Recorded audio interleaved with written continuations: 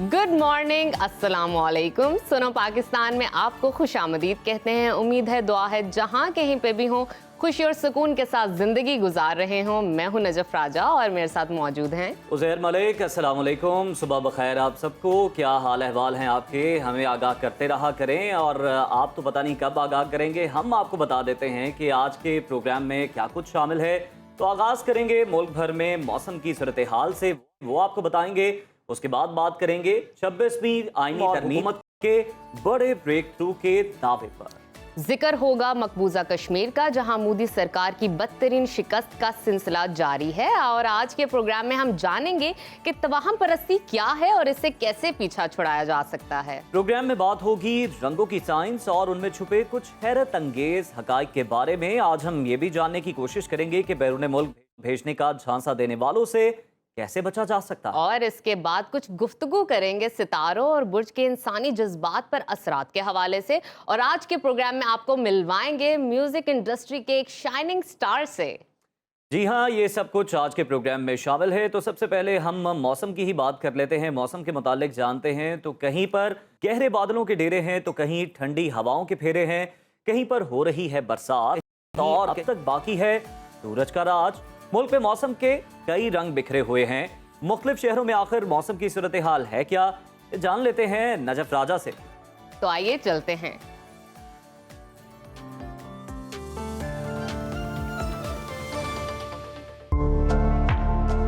आज मुल्क के बेशतर इलाकों में मौसम खुश्क और गर्म रहेगा। ताहम कश्मीर, गिलगित बल्तिस्तान और बलाए खैबर पख्तूनख्वा में तेज हवाओं और गरज चमक के साथ चंद मकामात पर बारिश हो सकती है। सबसे पहले बात करते हैं कोहसारों और आबशारों की सरजमीन गिलगित बल्तिस्तान की। गिलगित बल्तिस्तान में आज मतला जुज़वी अबर आलूद रहने के अलावा चंद मकामात पर तेज हवाओं और गरज चमक के साथ बारिश का इम्कान है।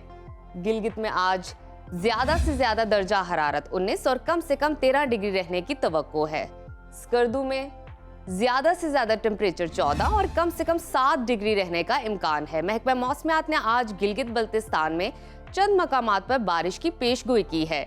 इंतजामिया की जानिब से खराब मौसम के दौरान शहरियों को एहतियात बरतने की हिदायत की गई है। अब रुख करते हैं सयाहों की जन्नत आज़ाद कश्मीर का, जहां आज मतला जुज़वी अबर आलूद रहने का इम्कान है। दारुल हुकूमत मुजफ्फराबाद में आज ज्यादा से ज्यादा दर्जा हरारत 28 और कम से कम 16 डिग्री रहने का इम्कान है। मौसम की खबर देने वालों ने आज आज़ाद कश्मीर के कुछ इलाकों में तेज हवाओं और गरज चमक के साथ बादल बरसने का इम्कान जाहिर किया है।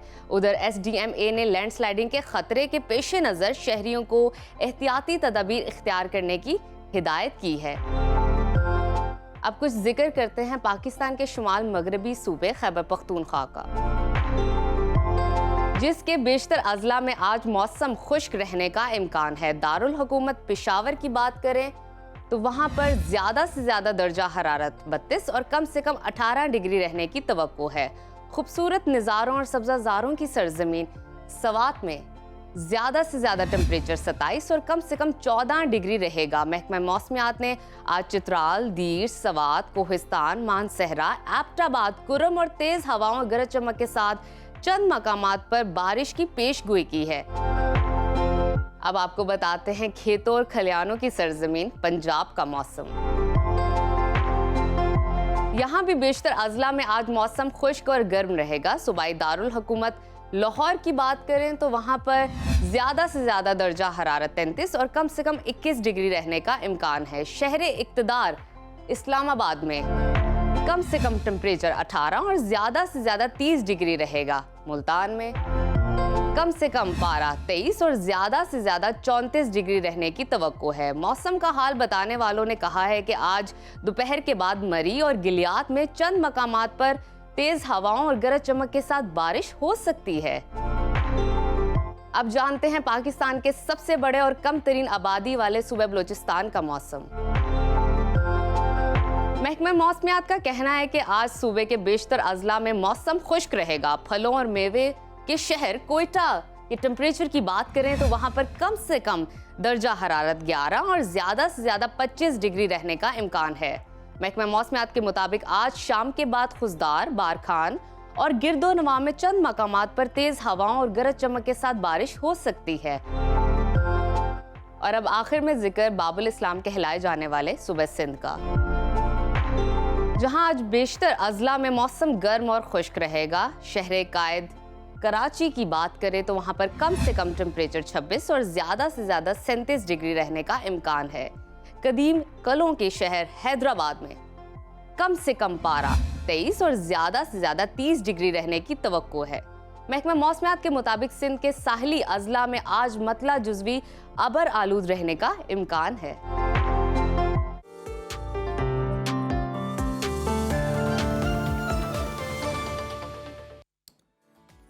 मौसम की सूरत हाल तो नजफ ने हमें बता दी। अब कुछ बात करते हैं जन्नत नज़ीर वादी मकबूजा कश्मीर की।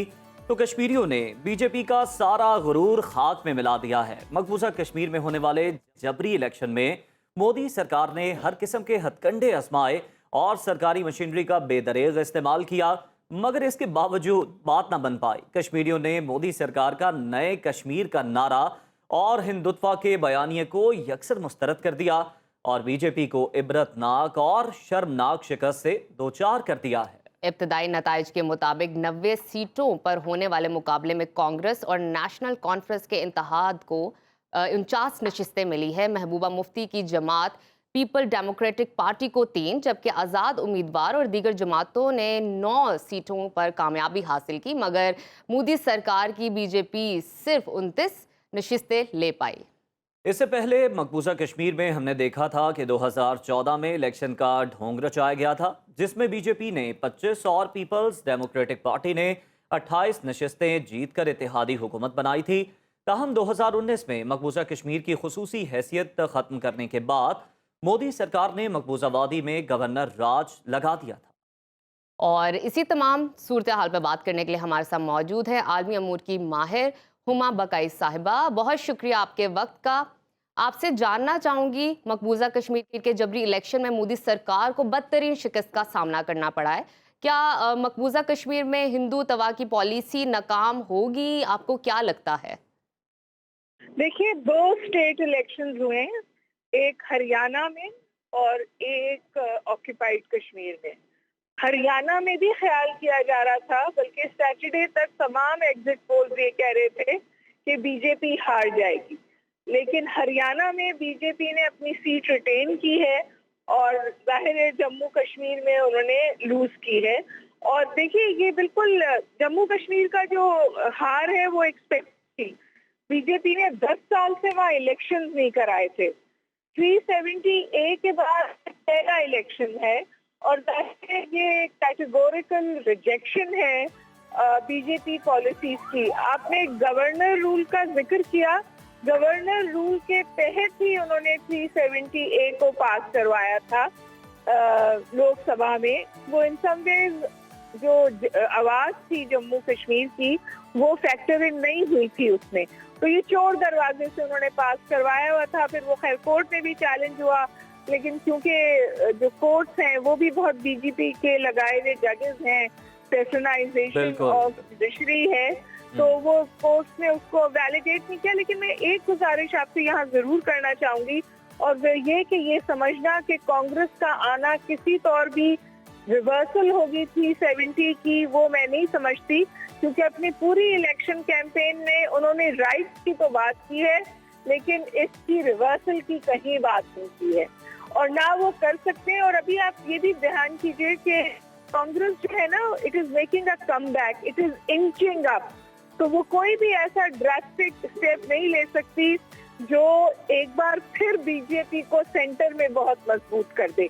तो मैं समझती हूँ कि it is a win for the Congress और बीजेपी की हार है।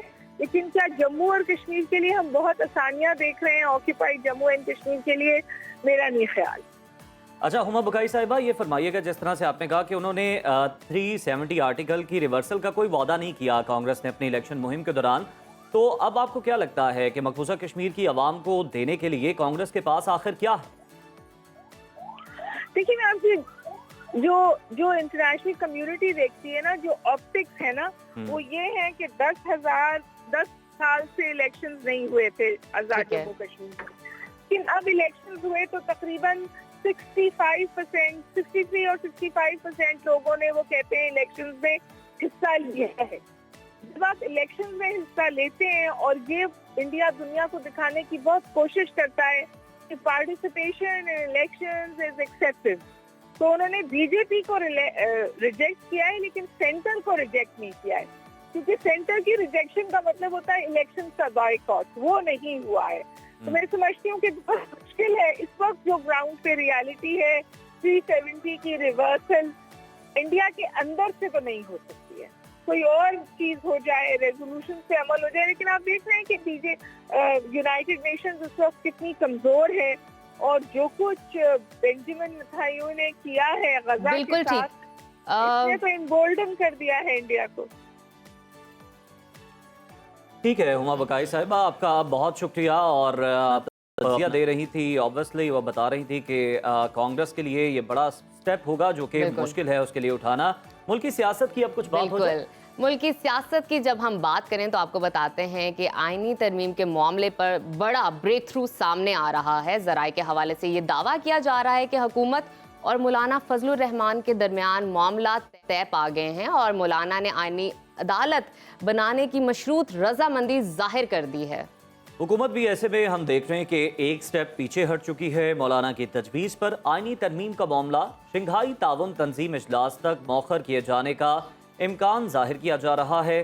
पार्लिमानी ज़राए ये बताते हैं कि SCO इजलास के बाद कौमी असम्बली और सेनेट के इजलास बुलाए जाएंगे और आईनी तरमीम को मंजूरी के लिए पेश कर दिया जाएगा। पहले मरहले में आईनी अदालत के क़याम और उसके जजेस की तैनाती और इख्तियारात से मुताल्लिक तरमीम लाई जाएगी।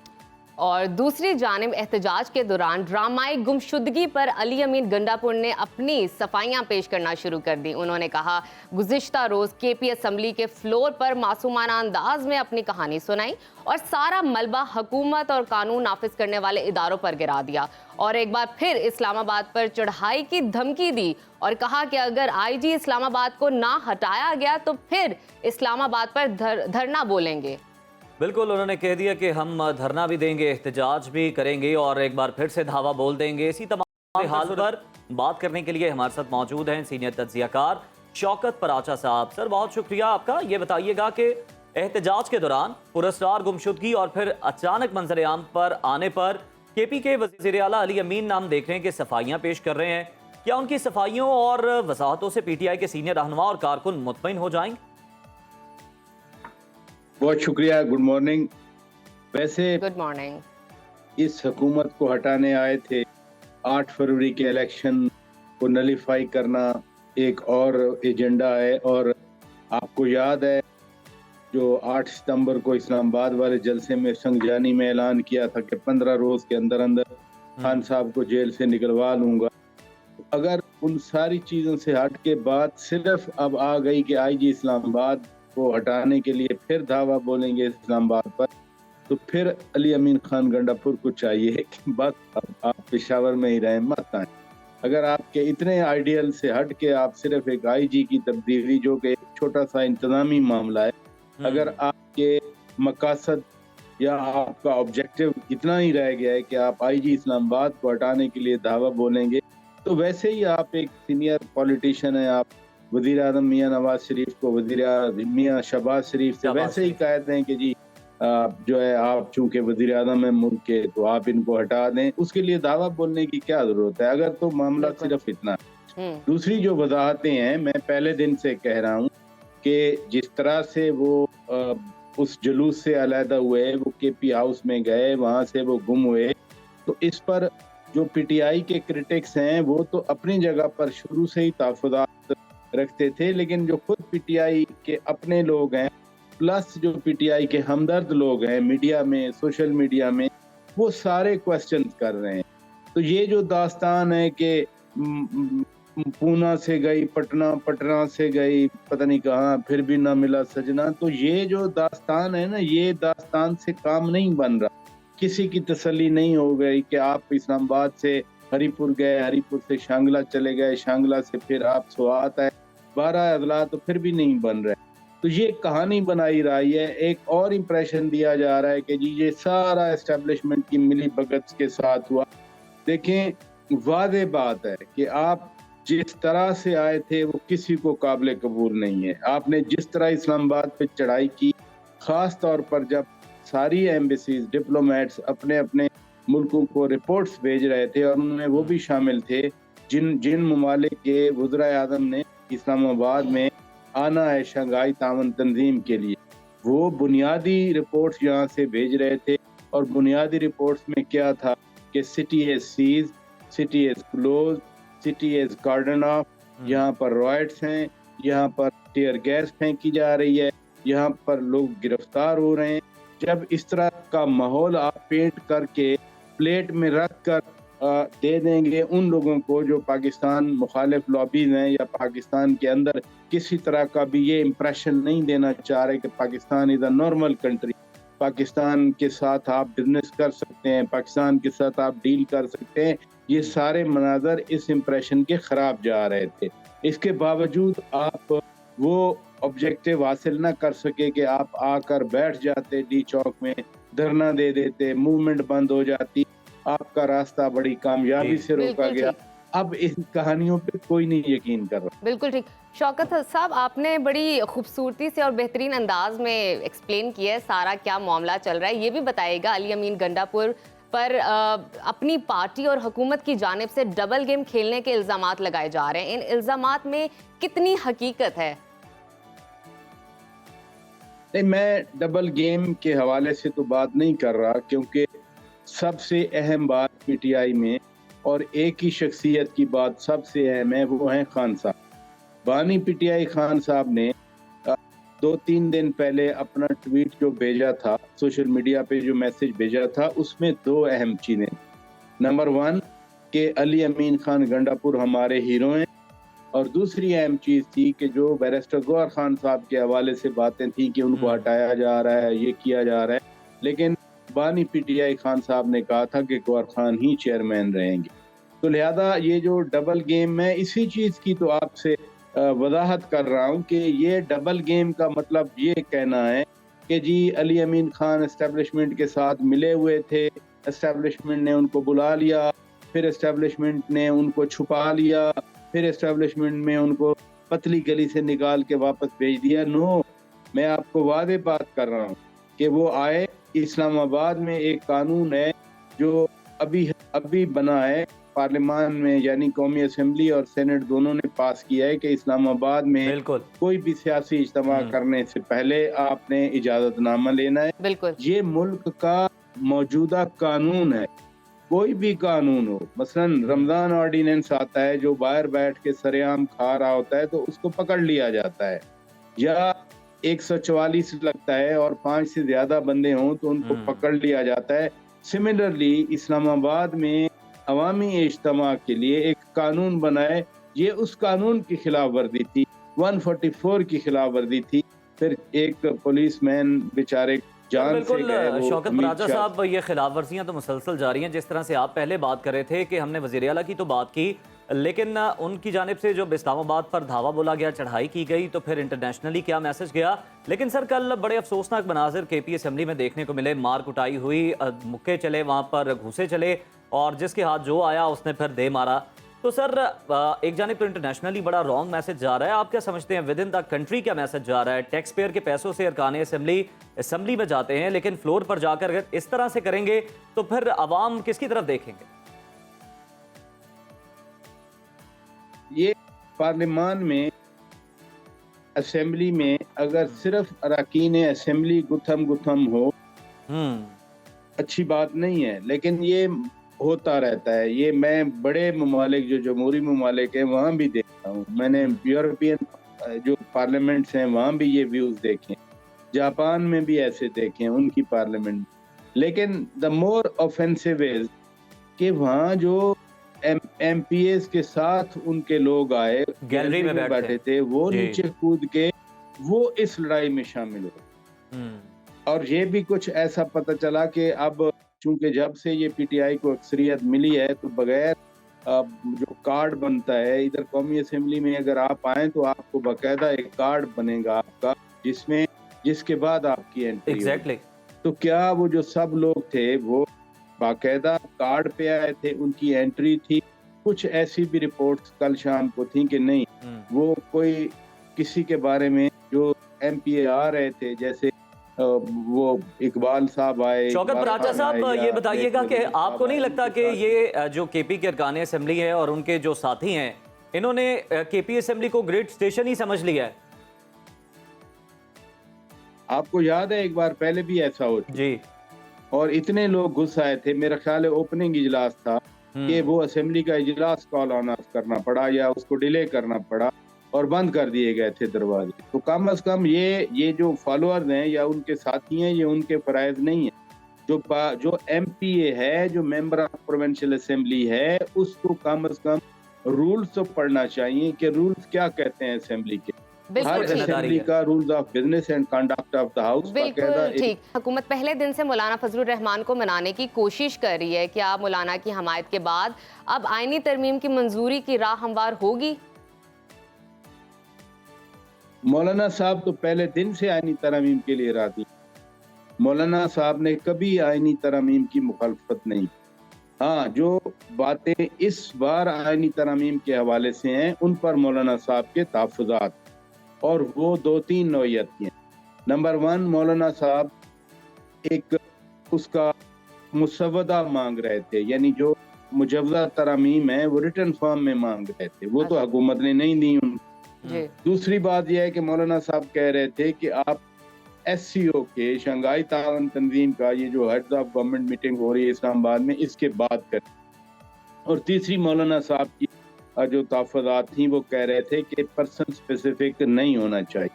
तो शुरू से एबेनिशो से कह दें कि मौलाना साहब आनी तरमीम के मुखालिफ थे। नो, मौलाना साहब, ये मैं नहीं कह रहा, हम 8-7 लोग 10 लोग गए थे, हमें बुलाया गया था, मौलाना साहब ने बैठ के ऑन द रिकॉर्ड ब्रीफिंग दी थी। ये मैं कोई ज़राए से बात भी नहीं कर रहा। बिल्कुल, जो मौलाना साहब के साथ हमारा डायरेक्ट इंटरेक्शन हुआ, मैं उसकी बेसिस पे आपको बात कर रहा हूँ, और वो direct interaction on the record था, वो ऑफ द रिकॉर्ड नहीं था। लिहाजा जो तहफ़्फ़ुज़ात मौलाना साहब के हैं, अब 2-3 मीटिंग हुई हैं, आईनी तरमीम तो होनी है। ये तो ये कुछ लोग ये भी कह रहे हैं कि अब क्यों, कुछ लोग कह रहे हैं कि जी इतनी जल्दबाजी।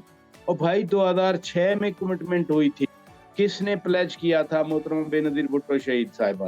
किसने प्लेज किया था? मियां नवाज शरीफ साहब ने। और किसने साइन किए थे? खुद बानी PTI ने भी इसी चार्टर ऑफ डेमोक्रेसी पे साइन किए थे, बाकी सियासी जमातों ने भी किए थे। सब जब एक चीज पे मुत्तफिक रहे हैं, तो अब उसको जल्दबाजी का रंग क्यों दिया जा रहा है? सिर्फ बिल्कुल शौकत बराचा साहब, आपने दुरुस्त फरमाया। ये टाइमिंग को लेकर सवालात उठ रहे हैं और हमने देखा कि मौलाना हामी तो हैं, लेकिन वो कुछ तहफ़्फ़ुज़ात का इजहार कर रहे हैं। वो कह रहे हैं आईनी अदालतें बिल्कुल बननी चाहिए जो कि आईनी मामलात की तशरीह करें, लेकिन ये पर्सन स्पेसिफिक नहीं होना चाहिए। बहुत शुक्रिया शौकत बराचा साहब, सुनो पाकिस्तान को वक्त देने के लिए। यहाँ पर एक ब्रेक शामिल करते हैं, ब्रेक के बाद हाजिर देखते रहिए सुनो पाकिस्तान। सुनो पाकिस्तान में आपको खुशामदीद कहते हैं। नाजरीन, तवाहम परस्ती सदियों से इंसान की ज़िंदगी का हिस्सा रही है और अब बहुत से माशरे में इसकी जड़ें भी मौजूद हैं। कदीम मिस्र में बिल्लियों की पूजा की जाती थी, तो यूनान और रूम में अपने देवताओं को खुश करने के लिए नजराने चढ़ाने का एक रिवाज सामने आता था।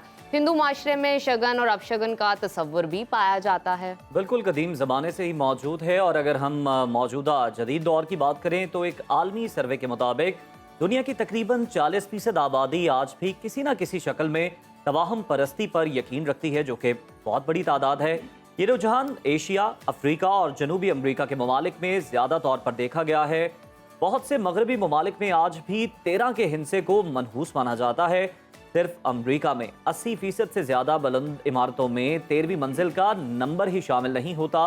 और हवाई जहाज़ की सीटों में भी आपने नोट किया होगा कि अमूमन 13 नंबर की कतार नहीं होती। तवाहम परस्ती की हकीकत और इसकी तारीख क्या है, इस्लामी और मगरबी दुनिया में इसका तस्वुर क्या है, इसी तमाम चीज़ों पे आज हम बात करेंगे। और हमारे साथ मौजूद है रूहानी मौलिज डॉक्टर शफीकुर रहमान जाहिद साहब। वेलकम टू सुनो पाकिस्तान। पहला सवाल तो मेरा आपसे यही है कि ये तवाहम परस्ती है क्या और इसके क्या असरात हैं?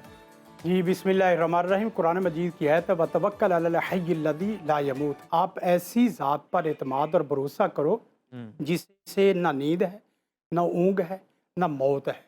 अब तवाहुम परस्ती दरअसल ज़ईफ़ुल इत्क़ादी का नाम है।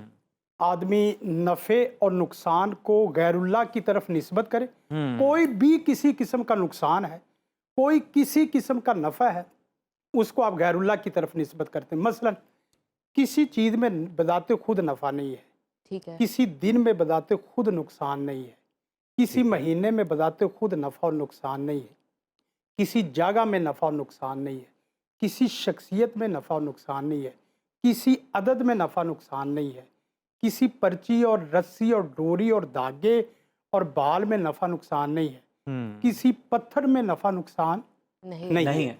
ये हमारा ये दावा है। इस दावे पे दलील कुरान मजीद की क्या है? वला तादू मिन दूनिल्लाहि मा ला यनफउक वला यज़ुरुक। ऐसी चीज़ों को मत पुकारो जो ना तुम्हें नफ़ा दे सकती और ना तुम्हें नुकसान दे सकती। सैयदना उमर फ़ारूक रज़ी अल्लाह ताला ने हजर अस्वद को चूमते हुए और बोसा लेते हुए फरमाया था कि अन्ना का ला आलम, मैं बहुत अच्छी तरह जानता हूँ कि अन्ना का हाजरुन, तू एक पत्थर है, पत्थर के सिवा कुछ नहीं है। और साथ उन्होंने दो जुमले बोले कि ला तजुर्रु वला तनफा, ना तू किसी किस्म का नुकसान दे सकता ना है नफा। और ना नफ़ा से। बिल्कुल ठीक। मैं सिर्फ इसलिए छू रहा हूँ कि मैंने अपने प्यारे हबीब को देखा है, मैं उसकी अदा को, उनकी अदा को सुन्नत अपनाते हुए कर रहा हूँ। सुभान लिहाजा ये बात ठहरी कि नफ़े नुकसान को किसी गैरुल्लाह की तरफ निस्बत करना या उसमें फ़ायदा लेना, ये शिरक है। हदीस में आता है, रसूल कायनात सल्लल्लाहु अलैहि वसल्लम ने फरमाया, मर रद्दतहु अतियारा मिन हाजतिन फ़क़द अशरका। ज़रा भाई यहाँ लफ्ज़ बहुत अहम है। जी। जिसको कोई बदशगुनी, जिसको कोई तवहुम, किसी काम करने से, कोई बात करने से, किसी से मिलने से, किसी फंक्शन से, किसी बिजनेस से रोक दे, उसने शिरक किया। ओह, बहुत बड़ी अब बात। हमारे यहाँ ये है कि इसको नहीं मिलना इसलिए कि आपके यहाँ नहूसत ना आ जाए, बिल्कुल। घर में उल्लू बैठ जाए तो वो मनहूस हो जाता है। भाई उल्लू मनहूस नहीं है, तुम्हें मनहूस कर डॉक्टर गया। साहब सॉरी फॉर इंटरप्शन, जी। काली बिल्ली का रास्ता काट देना, जूता उज़ैर जूते का गाड़ी के पीछे भी कुछ लोगों का बिल्कुल, लगा बिल्कुल। देखा है, ये क्या है? ये भी देखें इसी चीज से आप लिंक्ड है। इसको वैसे एक जो लॉजिक चीज़ में है भी डॉक्टर साहब, और मतलब खाली कैंची नहीं चलानी, रात हाँ, को बिल्कुल, झाड़ू या उसके बिल्कुल। ऊपर से नहीं गुजरना, और एक और चीज टांगे हिलाना भी ये कहा जाता है नहुसत है। बिल्कुल।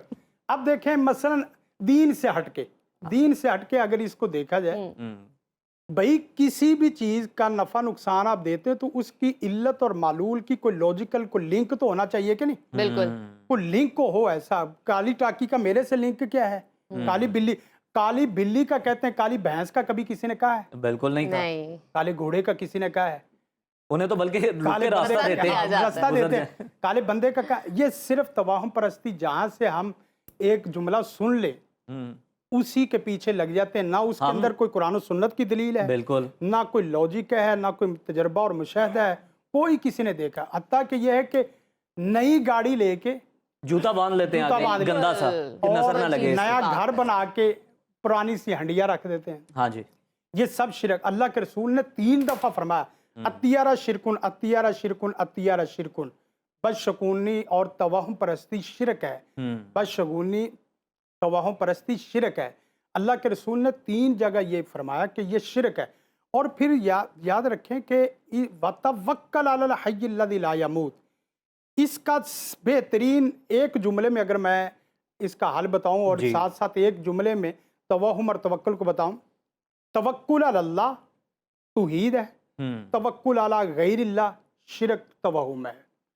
वो आप नफ़े में तवक्कुल अला गैरिल्लाह पे खड़ा हो या नुकसान पे तवक्कुल अला गैरिल्लाह खड़े हो, आप तौहीद से निकल रहे हैं। वो अलग बात है कि हम किसी मुसलमान पे फतवा नहीं लगाते, उसकी रहनुमाई करते। हो सकता है उसकी जहालत हो सकता है उसको इल्म ना हो सकता है कि उसकी कोई तरबियत ना हो सकता है कि उसने अच्छी मजलिस ना ली हो सकता है कि उसका गलत तजर्बा इस तरह वो आ चुका हो सकता है किसी के वसीले से वो मांग रहा हो। हाँ, कोई इस बिल्कुल तरह ठीक है। कई डॉक्टर- चीजें ऐसी आ सकती हैं जो मामला। बिल्कुल। डॉक्टर साहब ये भी बताइएगा कि मॉडर्न साइंस में इसका क्या पॉइंट ऑफ व्यू है? देखें उसमें भी मैंने आपको बताया कि असल चीज यह है कि इल्लत लॉजिक कोई ना कोई तो होनी चाहिए ना। बिल्कुल होनी चाहिए। हमारा जो ना वो पूरा जो लूम अकलिया है वो 2 चीज़ों पे इस वक्त चल रहा है। अगर पीछे चला जाए तो फलसफा और मंतक वगैरह पे है, और मौजूदा ज़माना में तजर्बा और मुशाहदात पे है। बिल्कुल। कोई आदमी अगर गलत मुशाहदा और तजर्बा है तो तजर्बा सबके लिए तजर्बा है। मेरी आवाज़ आ रही है, रिकॉर्ड हो रही है, सबके लिए तजर्बा है कि ये चीज़ें रिकॉर्ड हो जाती हैं। ठीक है। लेकिन यह है कि काली टाकी, अगर एक काली बिल्ली एक को नुकसान दे रही है, वो सबको नुकसान तो देनी हम ये चाहिए। क्यों नहीं समझ लेते कि अगर हम अपने काम जा रहे हैं तो हो सकता है काली बिल्ली भी अपने किसी काम हाँ, जा रही हो। बिल्कुल, बिल्कुल। वो वो आपको बेचारी कोई अपने नहुसत काम में मिलाने के लिए है, थोड़ी आई है बिल्कुल। आपके पास। हाँ, ये भी अच्छा डॉक्टर साहब, ऑन अ सीरियस नोट, आपने शुरू में जिस तरह से फरमाया कि ये जो तवाहम परस्ती है, एतकाद की कमी, आपने इसे करार दिया। सर, ये तोहमात महज डर और खौफ का नतीजा है या आपको लगता है इनमें कुछ हकीकत भी पाई जाती है? देखें, जिस वक्त बंदा डरना शुरू हो जाता है तो उसके करीब शयातीन के पूरे लश्कर आ जाते हैं। अच्छा। ओह, बाकायदा उसको महसूस कराते हैं कि तुझे ये नुकसान ना इस वजह से हुआ है कि तू काली बिल्ली के आगे से या काली बिल्ली तेरे से आगे से गुजरी है। अब शैतान ने, लाजमी बात है, ज़ईफ़ुल एतकादी मैंने जुमला बोला है, जी।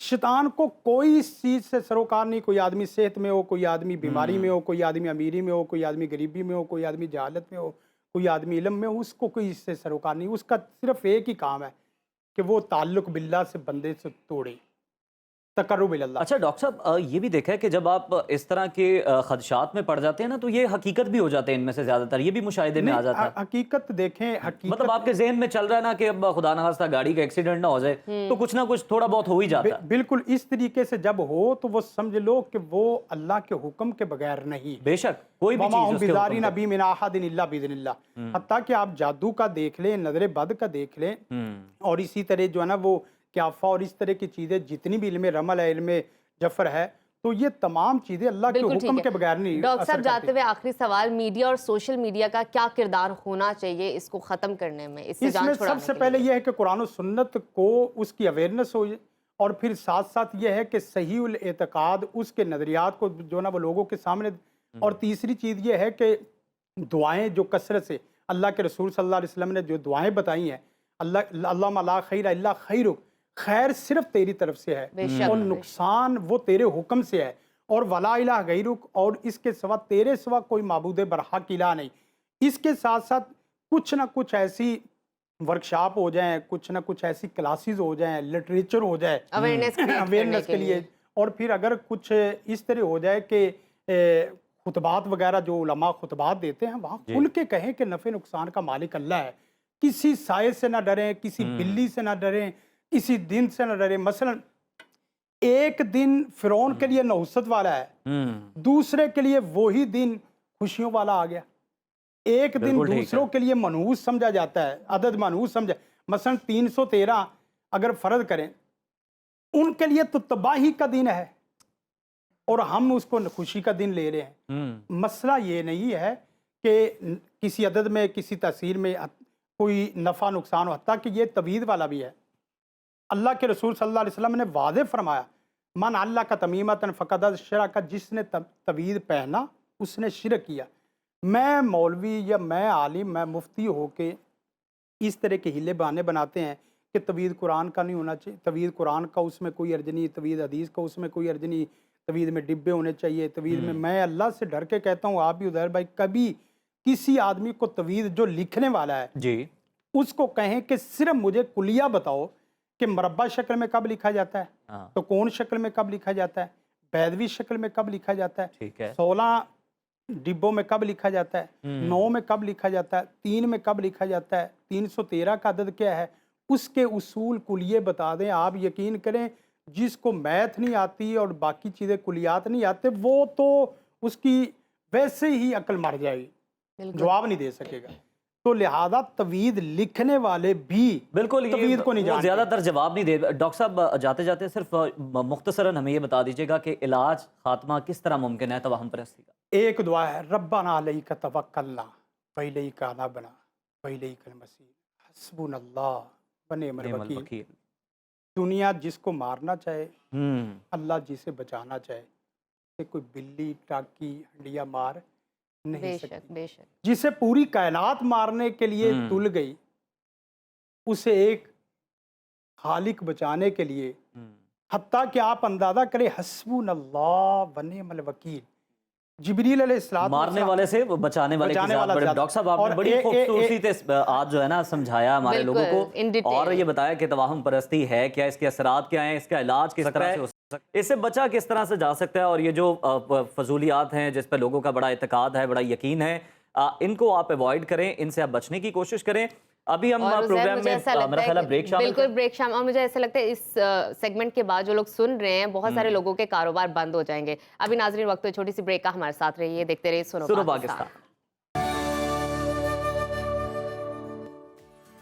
वेलकम बैक टू सुनो पाकिस्तान। आपको खबर देते हैं मारूफ एक्ट्रेस हानिया आमिर के हवाले से, जिनकी मद्दाहों के साथ गाना गाने की जो वीडियो है सोशल मीडिया पे वायरल हो गई है। हानिया आमिर से मुताल्लिक आजकल नजफ बहुत सी खबरें आ रही हैं और वो मतलब कहा जाए कि खबरों में रहती हैं, तो ये गलत नहीं है। और उज़ैर, आपको पता है ये वीडियो लंदन की है, क्योंकि आजकल वो लंदन में है। और लंदन में गुनगुनाया। हाँ, तो आतिफ नजफ जरा असलम का गाना। इमेजिन करें थोड़ा सा जाके ना, आपका पसंदीदा शहर हो, क्या सर्द बात। उसकी शामें हो या आतिफ रातें हो, असलम का और गाना वहाँ पे हो, आप आतिफ असलम का गाना गुनगुना आपके रहे हैं, फैंस हो, तो क्या ही वो माहौल सराहने वाले भी create हो साथ जाता है। हों आपके, वो बिल्कुल। आपके हम आवाज हों, आपके साथ मिलके गुनगुनाए। खाली गाना ही नहीं गुनगुनाया, साथ उन्होंने सेल्फीज भी बनवाई हैं। और यकीनन बिल्कुल। हानिया आमिर खुश मिजाज हैं और ये उसी का हम देखते हैं कि अमल दखल है कि उनकी कोई भी इस तरह की वीडियो आती है बड़ी वायरल होती है। खैर, खेल के मैदान में आपको लिए चलते हैं तो आपको बताएं कि मुल्तान टेस्ट के 2 दिन मुकम्मल हो गए हैं।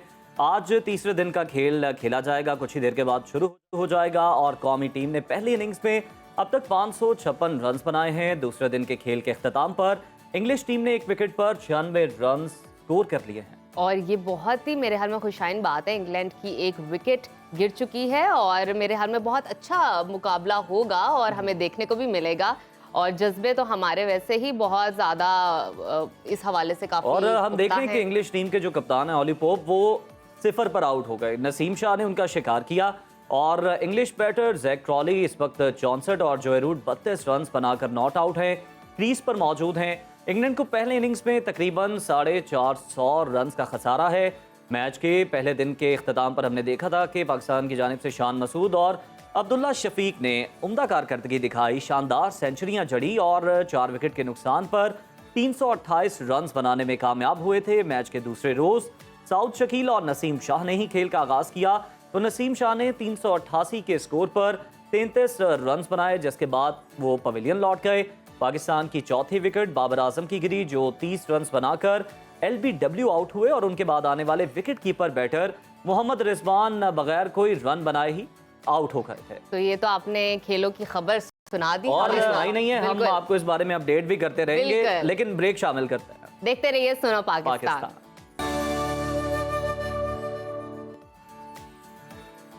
ब्रेक के बाद दोबारा से आपको सुनो पाकिस्तान में खुश आमदीद कहते हैं। गुज़श्ता कुछ अरसे से पाकिस्तान में इंसानी स्मगलिंग के वाक़यात में नुमाया इजाफा देखने में आया है।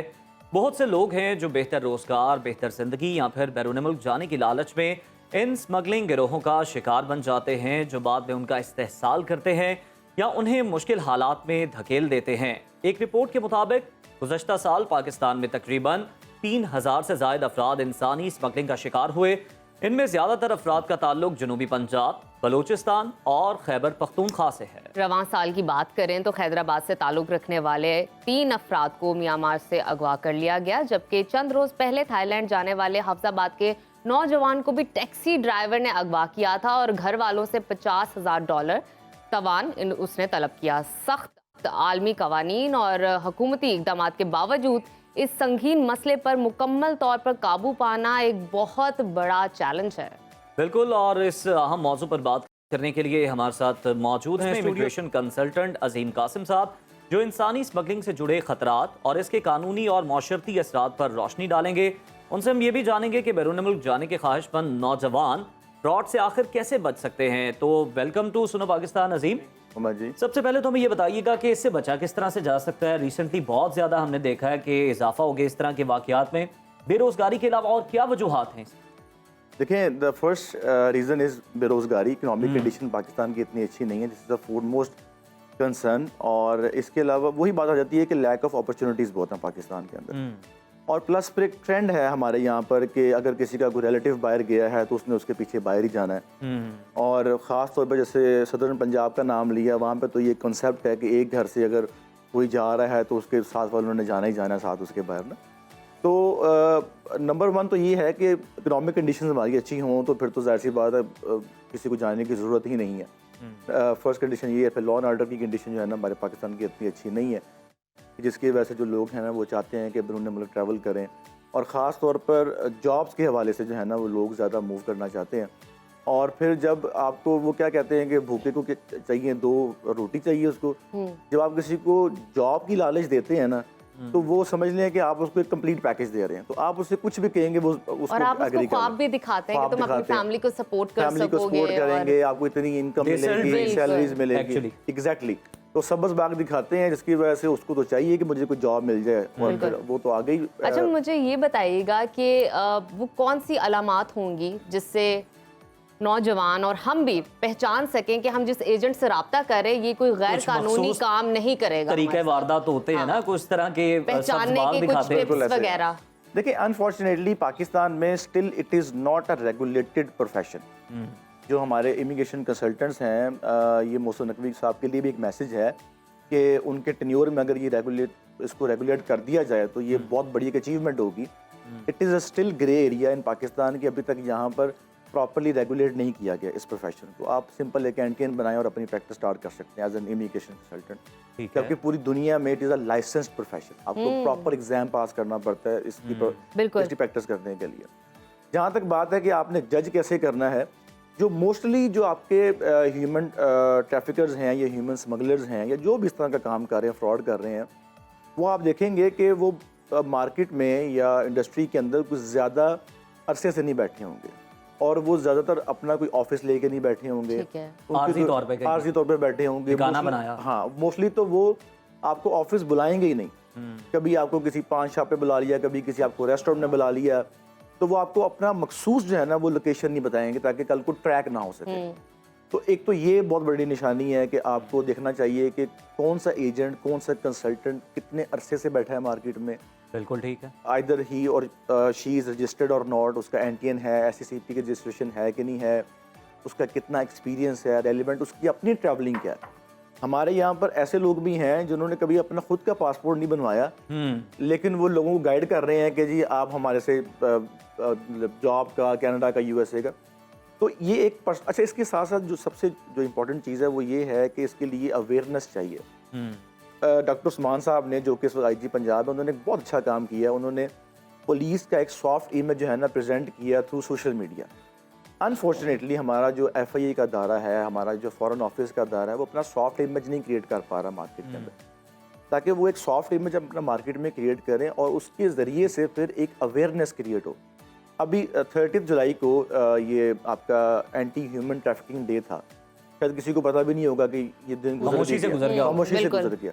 ना कोई उसके ऊपर अवेयरनेस कैंपेन चली है, ना कोई उसके ऊपर किसी ने बात की है। सही है। तो अजीम साहब देखें ना, वजारत दाखिला की अगर बात कर लें तो बड़ी जिम्मेदारियां हैं। देखें ना, एहतजाज भी कंट्रोल करना है और उन्होंने अमनो अमान भी बरकरार रखना है। बड़ी मुश्किलात दरपेश है उन्हें। सर जी, सिर्फ बिल्कुल ऐसा ही है। उनके पास तो खैर और भी काम है करने के लिए। उन्होंने ज्यादातर ये काम है। क्रिकेट भी देखना है उन्होंने। हाँ।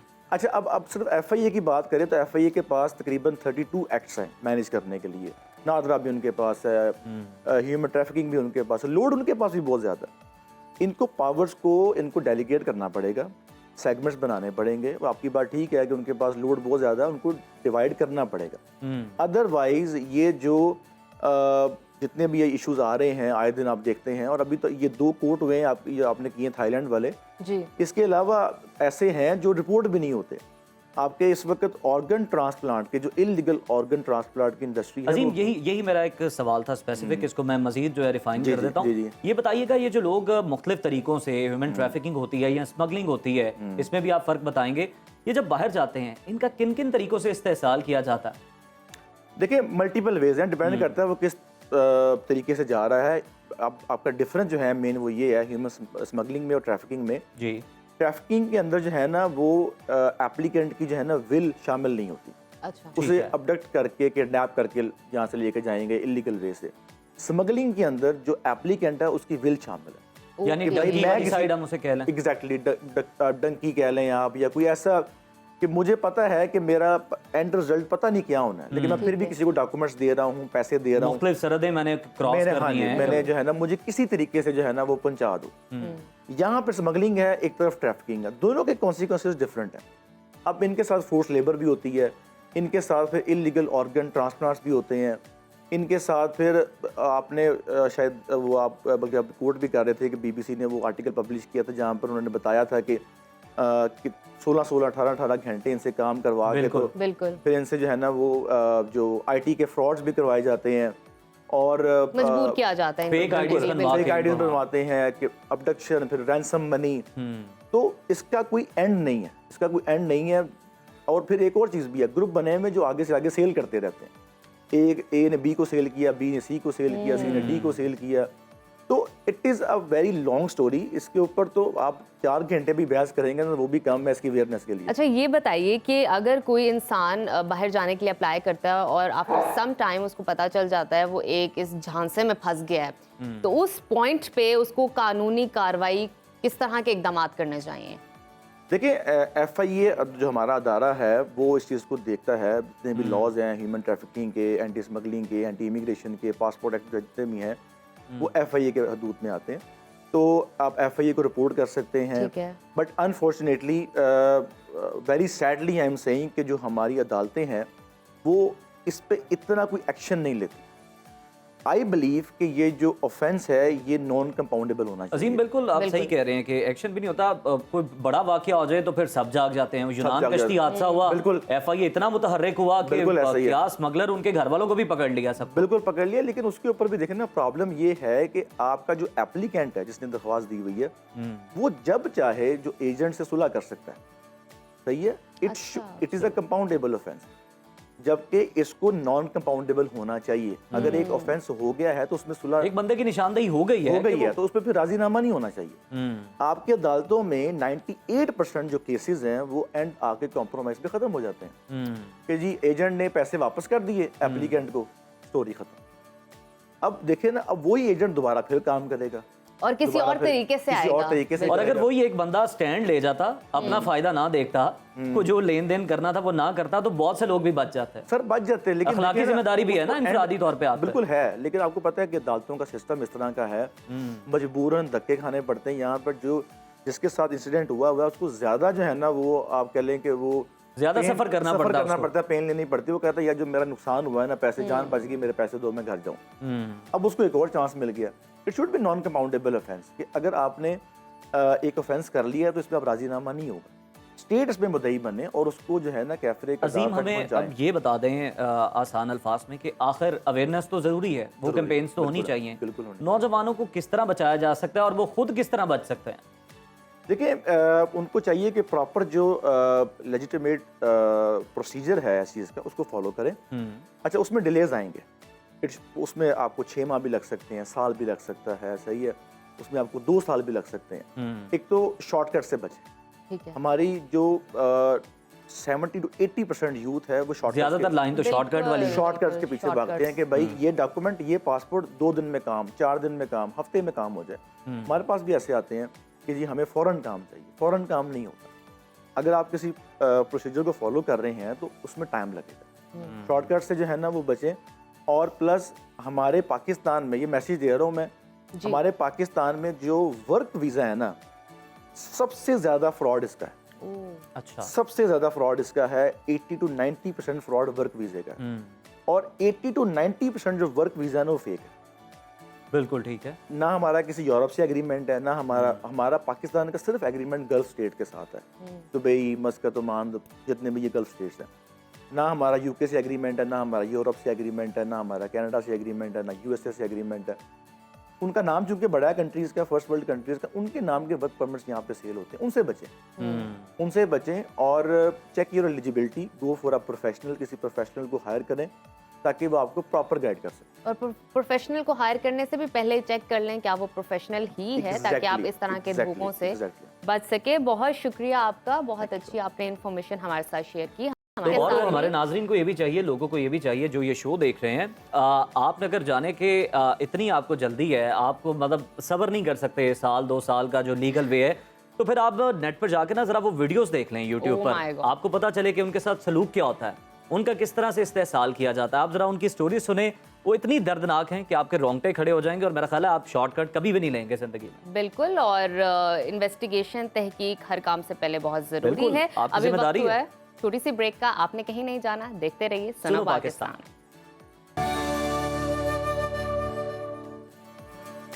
वेलकम बैक टू सुनो पाकिस्तान। प्रोग्राम में अब वक्त हुआ है एक इंफॉर्मेटिव और इंटरेस्टिंग सेगमेंट का, जिसमें हम आपके साथ शेयर करेंगे कुछ फैसिनेटिंग फैक्ट्स जो कि आपकी मालूमात में इजाफा करेंगे। बिल्कुल ठीक है आपने नजफ। हमारे साथ मौजूद हैं यंग रिसर्चर नक्श काजी, जो हमें रंगों की साइंस और उनसे जुड़े कुछ दिलचस्प हकाइक के बारे में बताएंगी। वेलकम टू सुनो पाकिस्तान नक्श। अस्सलाम वालेकुम। वालेकुम अस्सलाम। नक्श, सबसे पहले मैं ये बताएं कि कहते हैं कि कुछ मखसूस रंग होते हैं जो हमारी भूख या जायके की परसेप्शन पर असरअंदाज होते हैं। कुछ मखसूस रंग ऐसे हैं जो ब्रांड्स यूज़ करते हैं, कुछ येलो, कुछ इस तरह के कलर्स। बताया जाता है कि ये आपकी भूख में इजाफे का बायस बनते हैं, ऐसा होता है? हाँ जी, कलर्स जो हम देखते हैं कि हमारे इर्द गिर्द हर जगह कलर्स मौजूद हैं, ठीक है, और कलर्स का बहुत रोल है हमारी लाइफ में, ठीक है। इवन के फूड के साथ भी कलर का बड़ा गहरा ताल्लुक है कि कलर से, अगर मैं आपको ये बताऊं कि रेड कलर जो है, रेड कलर से चीज़ आपको ज़्यादा स्वीट लगती है। This is how it is perceived. अगर आपके सामने दो ड्रिंक्स पड़ी हों और एक रेड कलर की हो और एक ब्लू कलर की हो, तो आपको रेड ड्रिंक मीठी लगेगी देखते ही। हाँ, हालांकि दोनों में शुगर कंटेंट सेम होगा, लेकिन रेड क्योंकि स्वीटनेस के साथ एसोसिएटेड होता है, it is perceived like that. हमारी कुछ मशरूबात भी ऐसे आते हैं, तो शायद हमारे रमजान में जिनका बड़ा इस्तेमाल जी जी बिल्कुल बिल्कुल ऐसे बचपन से हम पी रहे हैं, बिल्कुल ऐसे ही। अच्छा, उसके अलावा हम ये कुछ एक्सपेक्टेशंस होती हैं हमारी कलर्स के साथ, जैसे कि ग्रीन से हम ये एक्सपेक्ट करते हैं कि अगर कोई चीज़ ग्रीन है मतलब फूड में, तो दैट वुड टेस्ट ग्रासी, ठीक है, क्योंकि वेजिटेबल्स ग्रीन होती हैं, तो हमें ऐसा लगता है कि इसका बड़ा सा ब्लैंक सा ये भी वाइब आती है कि ये हेल्दी होगी, हेल्दी होगी लगती है, लेकिन हमें ना उसके टेस्ट से क्या लगता है, उसके टेस्ट से हम सोचते हैं कि बड़ा अर्दी सा, बड़ा ग्रासी सा उसका टेस्ट होगा।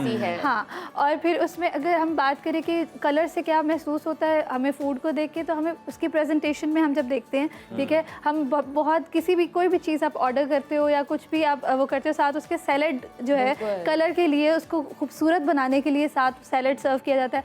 टमाटोज़ की अगर बात करूँ, जैसे टमाटोज़ हैं, अगर वो रेड हों, ठीक है, तो हम उसको फ्रेश और उसको सही पका हुआ समझते हैं। येलो होगा तो हमें लगेगा ये कच्चा है, चाहे पूरा पका भी हो, ठीक है। इसी तरह फ्रूट्स के ऊपर भी जब उनका कलर देखते हैं तो हमें ये अंदाज़ा होता है कि ये कितना राइप है, ठीक है, हम उससे उसका अंदाज़ा करते हैं। येलो बनानाज आर राइप, ठीक है, and when they turn brown, तो ऐसा लगता है कि अब ये वो ख़राब हो रहे हैं या ओवर राइप हो रहे हैं। तो that is how colours impact on your food. बिल्कुल ठीक। अच्छा नक्श, ये भी बताइए, क्या कलर्स का हमारे ख्यालात, एहसासात पे कोई फ़र्क पड़ता है, और हमारी साइकोलॉजी किस तरह आइडेंटिफाई करती है कलर्स को? बिल्कुल बिल्कुल, कलर्स का जो है हमारे मूड पे, हमारी फीलिंग्स पे, हर चीज़ पे बहुत असर होता है। अगर बात करें 3 ब्रॉडर कैटेगरीज की बात करें, तो एक न्यूट्रल कैटेगरी होती है जिसमें ब्लैक, वाइट, ग्रे आ जाता है। एक आपकी वार्म कलर्स की कैटेगरी होती है जिसमें आपके रेड, ऑरेंज, येलो आ जाता है।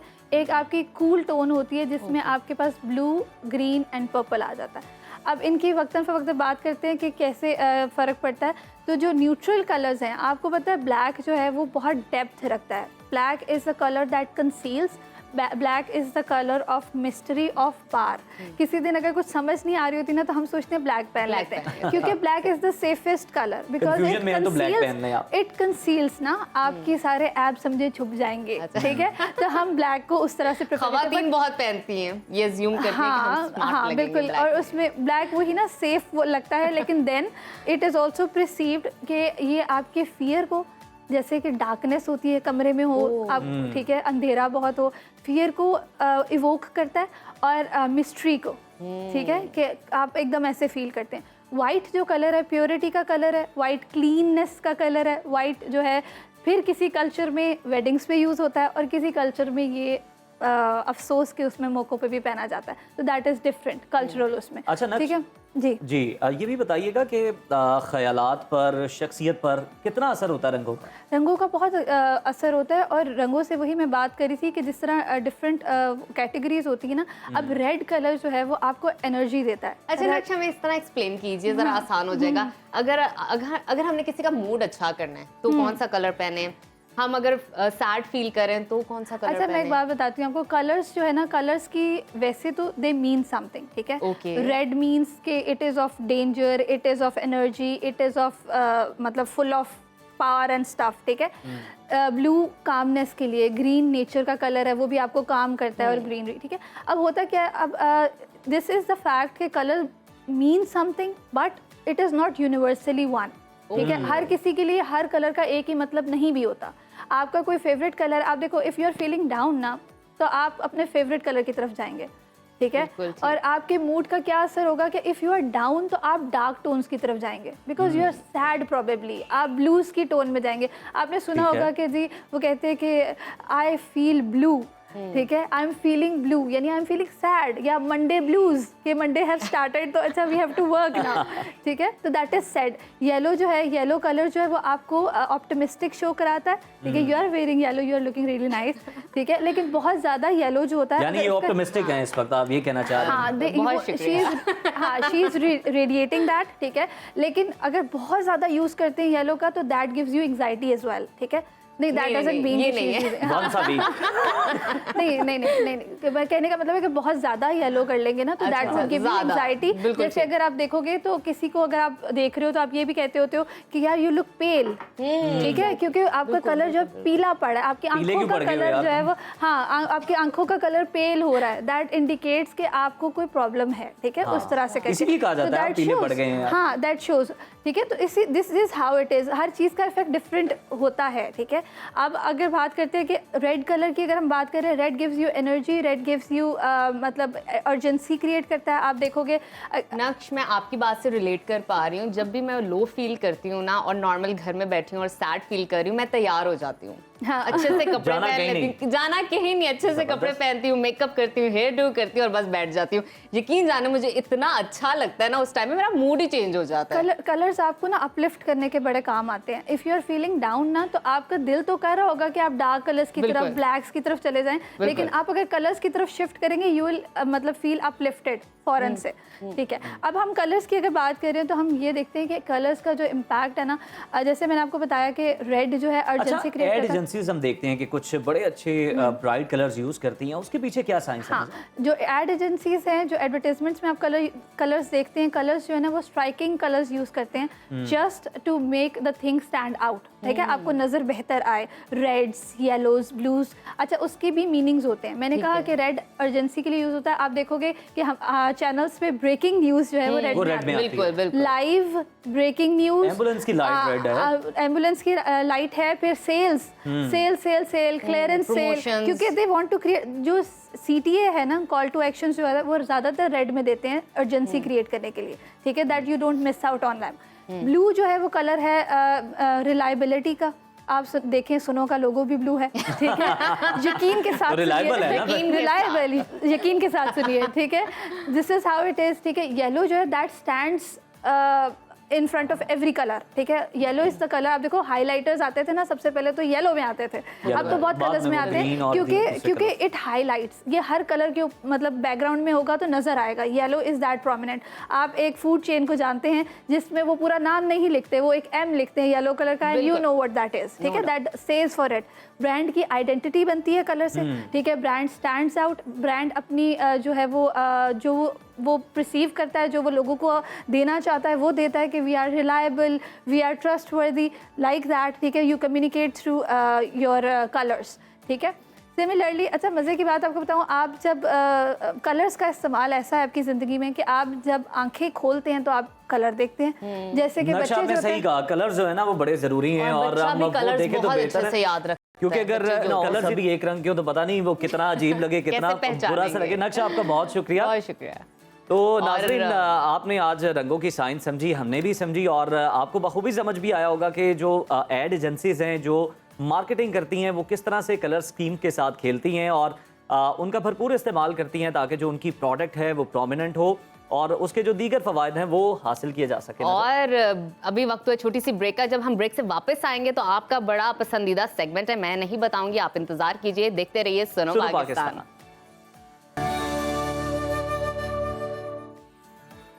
वेलकम बैक नाज़रीन, प्रोग्राम में अब वक्त हो गया है एक और दिलचस्प सेगमेंट का, जिसमें आज बात करेंगे कि हमारे सितारे हमारे जज्बात और हमारे इमोशंस पर किस तरह से असरअंदाज होते हैं।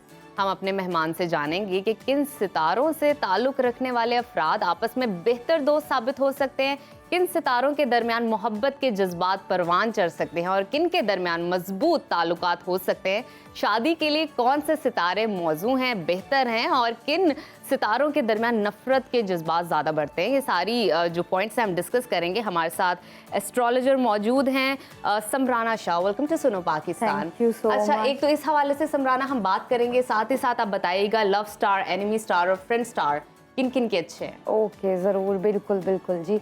हम अगर स्टार्ट चलते हैं, अब मैं थोड़ा साइंटिफिकली उससे चलूंगी, एस्ट्रोलॉजी के पर्सपेक्टिव से, एक एक करके नहीं हम बताएंगे। हम जैसे वाटर साइंस से शुरू कर लेते हैं। एग्जैक्टली जी, अगर हम वाटर साइंस से स्टार्ट करते हैं तो वाटर साइंस में कैंसेरियन है, स्कॉर्पियन है, पाइसेस है। तो बेहतर रहेगा कि वो अपने ही, जैसे वाटर साइंस है तो वाटर साइंस वालों के साथ ही उनका कंपेटेबिलिटी ज़्यादा बनता है। अच्छा। रिलेशन में भी, बिकॉज क्या होगा, इमोशनली भी वो एक दूसरे के साथ कनेक्टेड होंगे, फिर मूड स्विंग्स में भी एक दूसरे के साथ कनेक्टेड रहेंगे, तो वो बहुत अच्छी ना एक कंपेटेबिलिटी जो है वाटर साइंस जो है वो शेयर करेंगे। फिर ये कि वाटर साइंस वाले अगर एयर साइंस के साथ भी उनकी जो है वो बन जाएगी, लेकिन वो बनेगी, गुजारा हो जाएगा। गुजारा वो इस तरह से होगा 60% पे गुजारा होगा। अच्छा। जैसे फुल कंपेटेबिलिटी कहोगे तो वो शेयर नहीं करेंगे। देखिए 100% तो कहीं भी नहीं मिलता ना समराना। बिल्कुल बिल्कुल कॉम्प्रोमाइज करना पड़ता है। बिल्कुल ऐसा है, बिल्कुल ऐसा है। फिर हम वाटर साइंस से ज़रा हट के आ जाते हैं, जैसे एयर साइंस की बात हो रही है तो इसमें हमारे पास लिब्राज हैं, हमारे पास जो है वो जेमिनाइज हैं, हमारे पास इक्वेरियस हैं। आप अगर वाटर साइंस को वैसे भी टेले करोगे ना तो आप सॉरी एयर साइंस को, तो क्या है कि एयर साइंस जो होते हैं उनका जो मिजाज होता है, हवा कहीं रुकती नहीं है, तो आंसर से क्या होता है, आप मिजाज का पता चल जाता है कि अगर कोई एयर साइंस है तो वो क्या मिजाज का होगा। बेसिकली फोकस भी उन लोगों का जो है अच्छा नहीं होता। अच्छा, और ज्यादातर ये लोग दो शादी की तरफ भी जाते तब्दीली हैं। पसंद करते हैं। एग्जैक्टली हर चीज में जो है वो तब्दील होना पसंद करते हैं और दो शादी की तरफ भी जाते हैं ये लोग। खतरनाक तो, हाँ, खतरनाक है। तो इनकी कंपेटेबिलिटी भी आपस में रहती है या फिर वाटर साइंस के साथ जो है वो रहती है। जैसे सपोज जेमिनाई है तो जेमिनाई बेस्ट कंपेटेबिलिटी शेयर करेंगे, लिब्रा के साथ Libra Gemini best compatibility share करेंगे। फिर इक्वेरियस के साथ ये जो दोनों एयर साइंस हैं इनकी बेस्ट कंपेटेबिलिटी इमोशनली भी, फिजिकली भी, हर तरह से जो है वो एक अच्छी बॉन्ड शेयर कर सकते हैं। ठीक है, तो समराना फिर अर्थ साइन पे आ जाते हैं, उसकी बात कर लेते हैं। अच्छा, मोस्ट डिफिकल्ट मुझे हमेशा, हाँ, जब आप कोई भी अर्थ साइन देखोगे ना, एक तो वो बहुत डीप होते हैं, दूसरा ट्रस्ट नहीं कर पाते। अच्छा। तो जैसे तो सबसे मुश्किल अगर और इसमें आते कौन कौन से जी, इनमें ये कैप्रिकॉर्न है, टॉरस है, वर्गो है। ज़्यादा हमारे एंकर्स जितने भी हैं वो वर्गो से बिलोंग करते होंगे ना। अच्छा। कम्युनिकेशन स्किल्स बहुत अच्छी होती हैं। अर्थ साइन के बारे में तो ये कहा जाता है कि ये तो डेविल को भी जो है ना मना लेते हैं। अगर डील करते हैं ना डेविल के साथ तो इनका कम्युनिकेशन स्किल्स इतना अच्छा होता है कि डेविल भी राजी हो जाएगा कहीं ना कहीं। तो ये आपस में इनकी कंपेटेबिलिटी बहुत अच्छी रहेगी। या फिर वाटर साइंस के साथ जो है इनकी कंपेटेबिलिटी काफ़ी अच्छी रहेगी। जैसे हमारे स्कॉर्पियन है, कैंसेरियन है, फिर उसके बाद पाइसेस हैं, तो इनका एक अच्छा बॉन्ड शेयर करेंगे ये आपस में। अच्छा समराना, फिर लगे हाथ फायर साइंस में भी बता दें, अब 3 ही बचे हैं तो इसमें आते हैं स्टार। अच्छा जी, तो उनकी कंपेटिबिलिटी भी बता दें हमें। जी। अच्छा, फायर साइंस को वैसे अगर टैली किया जाए, ओवरऑल पर्सनैलिटी आप जितने भी सुनने में बड़ा खतरनाक लगता है। बिल्कुल, क्या है, गुस्सा, लियोज हो गए हमारे, सेजिटेरियस हो गए हमारे, फिर ये एरीज। तो क्या है ये, आप 99% ये स्टार्स वालों को अगर टैली करोगे ना तो ये गुस्सा, इनका जो गुस्सा है वो अनकंट्रोल, बिकॉज बिलोंग्स टू सन, सन से बिलोंग करते, तो सन देखे कितना गर्म होते, तो उनका मिजाज तो यही कहते हैं ना, नाक पे गुस्सा रखते हैं। नाक पे गुस्सा, लेकिन लॉयल होते हैं। अच्छा, ये है कि अपने कंपेनियंस के साथ लॉयल होते हैं। तो आपस में ये स्टार्स बहुत अच्छी कंपेटेबिलिटी जो है वो शेयर करते हैं। फिर ये कि वाटर साइंस के साथ भी इनकी बनती है। कितने % बनती है? ये तो 60-50 में बनती है। आपस में रहेंगे ठीक है, खुद ही लड़ेंगे, खुद ही मरेंगे। ये अच्छी बात है। किसी को इन्वॉल्व करने की जरूरत ही नहीं है। किसी को इन्वॉल्व ना करे, बट ये है कि एयर साइंस के साथ भी इनकी बन जाती है। थोड़ी बहुत, जैसे होता है कि 50% पे बनती है, लेकिन इनको डील करना बहुत मुश्किल रहता है। अच्छा, बिकॉज आप समझाना मुश्किल है। जी, वर्ल्ड में अगर आप देखेंगे बहुत सारे रिबेलियंस जितने भी आए पूरे वर्ल्ड में, अगर सर्च करेंगे आप तो आपको पता चलेगा वो ज़्यादातर जो है वो फायर साइंस से बिलोंग करते हैं। इनकलाबी लोग या फिर जितने भी पॉलिटिशियंस हमारे हैं या मैनिपुलेट करने वाले लोग पूरे वर्ल्ड में जितने भी आए हैं वो जो है फायर साइंस से बिलोंग करते हैं, तो इनको डील करना ये तो बड़ा बड़ी आपने इंटरेस्टिंग बात बताई। अच्छा, मेरा एक सवाल है समराना, ये बताएं कि जिस तरह आपने बताया ना कि वाटर साइंस हैं, इनकी एयर साइंस वालों के साथ कोई 60% बन जाती है। हाँ। अब अगर कोई कनेक्ट हो गया है उसके साथ, मतलब वाटर वाला फायर के साथ, तो उसका क्या बनेगा? उस बेचारे के लिए क्या मशवरा है आपका? वो फिर वो कहते हैं ना आग पानी का कोई जोड़ नहीं होता। तो क्या वो इसलिए मैंने आग और पानी को मिलाया। अच्छा, अब क्या होता है, वो लड़ाई झगड़े बहुत रहते हैं, आर्गुमेंट बहुत रहते हैं। अच्छा, एक आपको इंटरेस्टिंग फैक्ट भी तो ये नहीं कहते जहाँ लड़ाई झगड़े होते हैं वहाँ प्यार बहुत ज्यादा होता है? वाकई प्यार ज्यादा लड़ाई भी अच्छी नहीं है ना। अट्रैक्ट करते हैं ना, ऑपोजिट अट्रैक्ट करता है। अब एक आपको मजेदार इन्फॉर्मेशन और भी दे रही हूँ। अगर वाटर साइंस पे हम आते हैं, 2024 की जो रिसर्च है, जो ज्यादा सीरियल किलर पूरे वर्ल्ड में आए हैं वो वाटर साइंस से बिलोंग करते हैं। कैंसेरियन हो गए, पाइसिस हो गए, हमारे स्कॉर्पियन हो गए, सीरियल किलर्स जो है। तो आप ये सोचे कि वो कितने डेंजरस। अच्छा समराना, मेरा बड़ा अहम सवाल है, आप क्या समझती हैं, आपकी क्या एक राय है इस पर कि शादी के लिए हमें स्टार्स को मद्देनजर रखना चाहिए जब भी हम कोई पार्टनर ढूंढ रहे हो, या जिस तरह रिश्ता आप ढूंढ रहे होते हैं, आपके पेरेंट्स ढूंढ रहे, तो स्टार्स का पूछना चाहिए, निकालना चाहिए? ये बेहतर है। जैसे एक ये वैसे उन्होंने किसी की फरमाइश पे, मतलब किसी के मशवरे के लिए पूछा, खुद तो वो इस मरहले से बखूबी गुजर चुकी है माशाल्लाह। अल्हम्दुलिल्लाह, अच्छी बात है। बट ये है कि एटलीस्ट आपकी कंपेटिबिलिटी अच्छी रहती है। वही मैंने बताया कि आप इमोशनली एक बॉन्ड शेयर करते हो, या फिर खूबियां और खामियां आपकी एक जैसी होती है, फिर आप एक दूसरे को डील अच्छे से कर लोगे ना। यू नो, आपको ट्रिक्स एंड ट्रेड्स ऑलमोस्ट पता होंगे तो आप डील कर लोगे। फिर ये है कि ऐसे में एक बंदा, ओब्वियसली जो सीक्रेट होता है सक्सेसफुल मैरिज का वो ये होता है कि एक बंदा अगर गुस्से में है तो दूसरा बंदा जो है वो थोड़ा काम रह के थोड़ा चुप कर जाए, तो उसके बाद ही जो है वो आप सक्सेसफुल रह सकते हो। बट ये है कि अच्छा है अगर कंपेटिबिलिटी देख ली जाए का, बल्कि एक इस्लामिक मेथड भी है, वहाँ से भी आप जो है वो चेक कर सकते हो। फिर ये कि हमारा साइंटिफिक इस्तिखारा कर लें, ये भी बहुत एक अच्छा है। हाँ, उसी का हमारा साइंटिफिक। बहुत शुक्रिया समराना, आपने बड़े अच्छे इन डिटेल हमें इस हवाले से आज बताया। तो नाज़रीन, अभी वक्त है छोटी सी ब्रेक का, आपने कहीं नहीं जाना, देखते रहिए सुनो पाकिस्तान। तो व्यूअर्स, एक बात का तो आपको अच्छी तरह इल्म है कि पाकिस्तान में टैलेंट की कोई कमी नहीं है। टैलेंट जगह जगह पाकिस्तान में मौजूद है, और गढ़वी मोहल्ला है जहां पर टैलेंट की तलाश में निकली हैं हमारी साथी एंकर रुबीना यूसुफ, और सुरीना मोहल्ला भी है। बिल्कुल, तो इंतजार किस बात का है, आइए देखते हैं ये पैकेज। एक कुर्ता लिया मैं लुधियाने में सुनिया सी कहानियां वे मर जानिया, ते बेबी रक्षा में करा लिया मैं तेरे बल्ले आ रहिया वे मर जानिया। ओ क्यूटी तेनू मैं समझा रिया, तू चढ़ दे वे फनकारियां वे मर जानिया। अच्छा, मुझे ये बताइएगा कि कितनी उम्मीद थी आप लोगों को कि आप लोगों का गाना इतना पसंद किया जाएगा, इतनी शोहरत मिलेगी? उधर लेट, उधर सेटिंग, उधर बहुत बड़े इंतजाम किए हुए थे, तो लोग भी बहुत उधर ज़्यादा थे, बाज़ार भी बहुत अच्छा बनाया उन्होंने, तो हमें पता उम्मीद थी कि ये बहुत अच्छा बनेगा गाना। सब आपको क्या लगा? सबसे बड़ा गाना मुझे ये उम्मीद थी, वो जो लोग थे वो लेटे, वो सेटिंग, और हमें ये उम्मीद थी वो कोक स्टूडियो का गाना है तो वो उसने तो हिट होना ही। वाह, क्या बात है। साजिदा साहिब, आप बताइएगा क्या उम्मीद थी, कितना गाना मशहूर हो जाएगा आपको?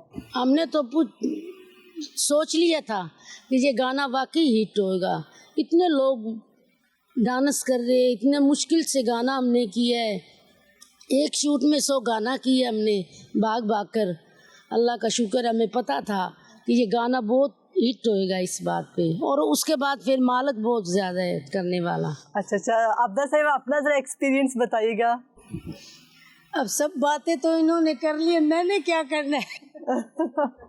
नहीं, आपको क्या लगा कि ये गाना? हमें बहुत अच्छा गाना लगा है, हम उधर गए बहुत खुश हुए, खुशी से गए, गाना गाए हमने, हमें लोग बहुत हमारी चाहत की है उन्होंने, और हमें प्यार किए और हमें उम्मीद थी कि ये हमारा गाना हिट हुआगा। वाह क्या बात है। चलो ये बातें तो होती रहेंगी। आप हमें ये बताइएगा कि आप लोगों ने एक ग्रुप स्टार्ट किया, एक ग्रुप में गाना स्टार्ट किया, सबसे पहला गाना कौन सा गाया था? तेरे नाल मिलाई आँखियाँ। प्लीज सुनाइएगा। तेरे नाल मिलाया अखियाँ वे तू फिर भी दूरियां रखियाँ, तू जीत गया मेरे दम में तेरी हार गई, ला ला ला ला तेरी बेपरवाही सजना मैनू मार गई, तेरी बेपरवाही सजना मैनू मार गई, तू नजर ना दे हथ पैंदे सा मेरे, ला ला ला वे तू नजर ना दे हथ पैंदे सा मेरे, तेरे पैरां नाल मैं रह गए सारे मेरे, तेरे वल्लों आंदी हवा मेरी जुल्फ़ खिलार गई, ला ला तेरी बेपरवाही सजना मैनू मार गई। अच्छा रोहा साहिबा, ये जो आपका गड़वी बजाने का स्टाइल है ये बहुत ही जबरदस्त। अगर मेरा कैमरामैन दिखा सके तो गड़वी के नीचे आपने कोई एक सिक्का रखा है, आप उसको भी मैनेज करती हैं। कितना मुश्किल काम है कि आप सिक्के को भी साथ साथ मैनेज करती हैं। आपने किस उम्र से गड़वी बजाना सीखी थी? मैंने सीखा गड़वी बजाना कोई 20 साल की थी मैं जब सीखा। तो आपको किसने सिखाया था? किसी ने नहीं, खुद से आपने सीख लिया? देख के सीखा मैंने। नूनी सबा, आपकी एक बड़ी मुनफरिद कहानी है कि आपको ये लिरिक्स कैसे मिले, आपको गाने का मौका कैसे मिला, आप वो जरा स्टोरी बताइएगा। मैं छोटा भाई उठाने के लिए गई थी तो मैं लोरी गा रही थी, तो जुल्फी अंकल ने मुझे देखा तो जुल्फी अंकल ने बोला बच्चे बच्चे में टेल। जबरदस्त। तो फिर उन्होंने कहा कि अब आप ये आके गाएंगी? हाँ मैंने कह दिया वो भी। अच्छा मुझे ये बताएं कि आप अपने भाई को तब तो आप ये सुना रही थी लोरी के फनकारियां वाली कोई एक कहानी, तो बाकी आप आम दिनों में कौन सी आप सुनाती हैं उन्हें लोरी? आप वो हमें सुनाइएगा। आज दुलारे ओ मेरी अखियों के तारे, मैं तो वारी वारी जाऊं राज दुलारे। इससे तो मुझे भी नींद आने लगी। कितनी जबरदस्त लोरी अपने बच्चों को आप देती हैं। अच्छा मुझे ये बताइएगा कि आप लोगों को जब फोन आया कि आप लोग कोक स्टूडियो का हिस्सा बनने वाले हैं, कितनी खुशी हुई? बहुत ज्यादा। आप बताइएगा सबा, आप इतनी छोटी उम्र की हैं, आप स्कूल जाती हैं, कितना प्यार मिला स्कूल से? बहुत अच्छा प्यार मिला। टीचर कहती पढ़ाई छोड़ दो, पहले आप मुझे गाना सुनो। फिर आप सुनाती हैं उन्हें? हाँ मैं सुनाती हूँ। अच्छा जब आप लोगों को फोन आया था कि आप लोग कोक स्टूडियो का हिस्सा बन रही हैं, तो एकदम आप लोगों को कितने दिनों बाद यकीन आया कि ये बात सच है? ये थोड़ी सी कहानी बताइएगा रूहा आप। ये हमें यकीन आया, हमें लेके गए, हमें बहुत उम्मीद से और बहुत शौक से, और हमें पता लग गया भाई ये काम बहुत धमाकेदार गाना होगा और बहुत अच्छा बनेगा। साजदा आप बताइएगा थोड़ा सा, कितनी खुशी हुई? बहुत ज्यादा खुशी हुई। जब हमारे घर आए थे ना हमारे को बुलाने के लिए, मेरा बुआ खड़काया उन्होंने, तो मैं क्या, हम नहीं गाना, हमारा ऐसा गाना दे ताकि हमारा गाना चढ़े, ताकि हमारा दिल खुश हो। तो कहता है तू टेंशन ना ले, जुल्फी भाई ने कहा तू टेंशन ना ले, अल्लाह अच्छी करेगा। मैं कहा चलो, जाके उनके साथ गाना किया, बहुत दिल खुश हुआ। उन्होंने इज्जत बहुत ज्यादा दी हमारे को, उन्होंने प्यार बहुत किए, इज्जत बहुत ज्यादा दी है, इससे हमारा दिल खुश है। आपा ये बताइएगा कि आपने वहाँ पर एक कपड़े बहुत खूबसूरत पहने हुए थे, कितनी खुशी हुई अपने आप को देख के, मेकअप में, उन कपड़ों में देखकर? बहुत खुश है। आप अपने आप को पहचान पा रही थी कि यार मैं हूँ? उनकी सेटिंग थी, उन्होंने सब किया है, जुल्फी भाई ने। हम तो महसूस ही नहीं होगा हम खड़े हैं, उन्होंने हमारे चेहरे भी बदल दिए, शक्लें भी बदल दी, चिंची का रोल ऐसा दिया है, हम बहुत खुश हैं।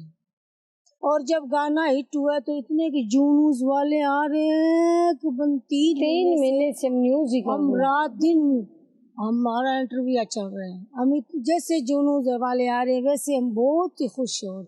कभी आपको यकीन था कि इतने लोग भी आएंगे, कभी आपका वक्त लेंगे कि आपका हमें इंटरव्यू दें? नहीं, कभी हम सोचा भी नहीं। अल्लाह ने हमारी सुन ली। अब तो फूड स्ट्रीट में आप लोग एक साथ जाते हैं? हम इकट्ठे ही जाते। ठीक है। अच्छा कोक स्टूडियो से पहले वाली जिंदगी और अब वाली जिंदगी में क्या फर्क आया? बहुत फर्क बहुत फर्क है।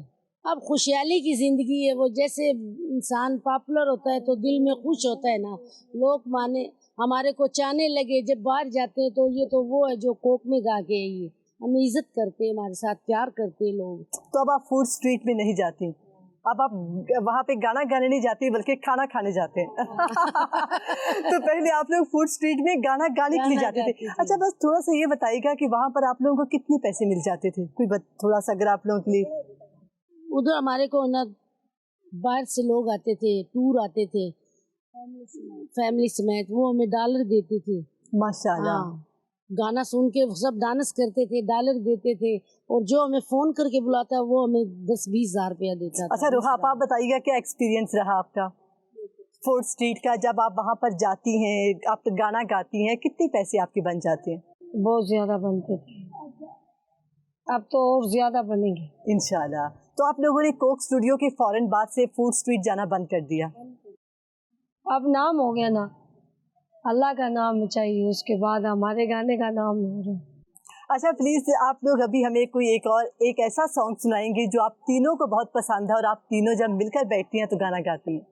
ऊंज मेरे हमेशा कौन रेवे, ये मैं दुनिया नु कह जमा परे परे, दिल दे के दुनिया तो कौन डरे, दिल दे के दुनिया तो कौन डरे। प्यार मेरी जिंदगी और मेरे कॉल किए दस तेनू मैं की कहवा, कॉल तेरे आ गईया लगियां बुझा गईया, मर जागी तेरे बिना, तूंज मेरे हमेशा कॉल रहे, मैं दुनिया नु कह जहाँ परे परे, दिल दे के दुनिया तो कौन डरे। थैंक यू सो मच, बहुत मजा आया मुझे और जो मेरे देखने वाले हैं। आज का दिन हमारा जबरदस्त रहा है और बहुत शुक्रिया अपना वक्त देने के लिए। सवाज, रोहा है और हमारे साथ आबदा और साजदा थी, इन लोग साथ वक्त गुजार कर बहुत मजा आया है। और यहाँ पर कहा जाता है गढ़वी मोहल्ला जो है ये गाना गाने का एक हब है। और अभी हमारे पास और भी बहुत सारे लोग हैं यहाँ पर जो हमें अभी गाना सुनाएंगे, तो अभी देखते रहिए सुनो पाकिस्तान। तुम्हें दिल लगी वो जानी पड़ेगी, मोहब्बत की राहों में आकर तो देखो, तुम्हें दिल लगी भूल जानी पड़ेगी, मोहब्बत की राहों में आकर तो देखो, तड़पने पे मेरे ना फिर तुम हंसोगे, कभी दिल किसी से लगा कर तो देखो। गोरिए मैं जाना परदे, मैं जाना तेरे नाम माखी दे, ना जावी परदे, तेरी याद भूल के मैं कदों चैन पावांगा, कदों चैन पावांगा, रुताया प्यार दी गोरी मैं भी मुड़ आवांगा, मैं भी मुड़ आवांगा, गोरिए मैं जाना परदे। तेनू चाहिए ने दिल वाले पेट खोलने, तेनू चाहिए ने दिल वाले पेट खोलने, असा तेरे नाल कई दुख सुख खोलने, असा तेरे नाल कई दुख सुख खोलने, साडे कोल ने तू कड़ी पल बहना, ओ साडे कोल ने तू कड़ी पल बहना, ते पीबा साडा दिल मोड़ दे, ओ जे तू अखियां दे सामने नी रहना, ते पीबा साडा दिल मोड़ दे। वाओ, अमेजिंग, बहुत जबरदस्त, क्या कहने। Thank you. क्या टैलेंट है इन बच्चों में। और यहाँ पर हमारा वक्त ख़त्म हो जाएगा, लेकिन इन बच्चों के जो गाने हैं और सुर हैं वो चलते रहेंगे। और यहाँ पर ये म्यूज़िक का हब है, ये जो गढ़वी ग्रुप है, गढ़वी मोहल्ला है, इनकी रगों रगों में एक गाना है। क्या ज़बरदस्त गाना था और क्या ही उनकी केमिस्ट्री थी आपस में। और बड़ा अच्छा एक रिपोर्ट थी जो कि रुबीना ने तैयार की। इसे सुरीला मोहल्ला मैं कहना चाहूँगा, क्योंकि इतना टैलेंट वहाँ पे मौजूद है। इतनी खुश थी उज़ैर, आप उनके चेहरे पे खुशी देख रहे गाने के बाद। ओवरनाइट उन्हें इतनी फेम मिली नजफ, और उनका पूरी दुनिया में इतना नाम हो गया कि उसके बाद तो अब वो खुद बता रही है ना कि हम लोग खुशी से फूले नहीं समारे, खुशहाली भी हमारे घर आ गई है। लोग हमें पहचानते हैं, अब हम स्ट्रीट फूड पे खाना खाने जाते हैं, गाना गाने नहीं जाते, तो ये बड़ी अच्छी बात है। और नाजरीन, अपना और अपने घर वालों का बहुत सारा ख्याल रखिए। कल दोबारा और ऐसे टैलेंट का भी ख्याल रखें। हाँ, कल दोबारा आपकी खिदमत में हाजिर होंगे। देखते रहिए सुनो पाकिस्तान।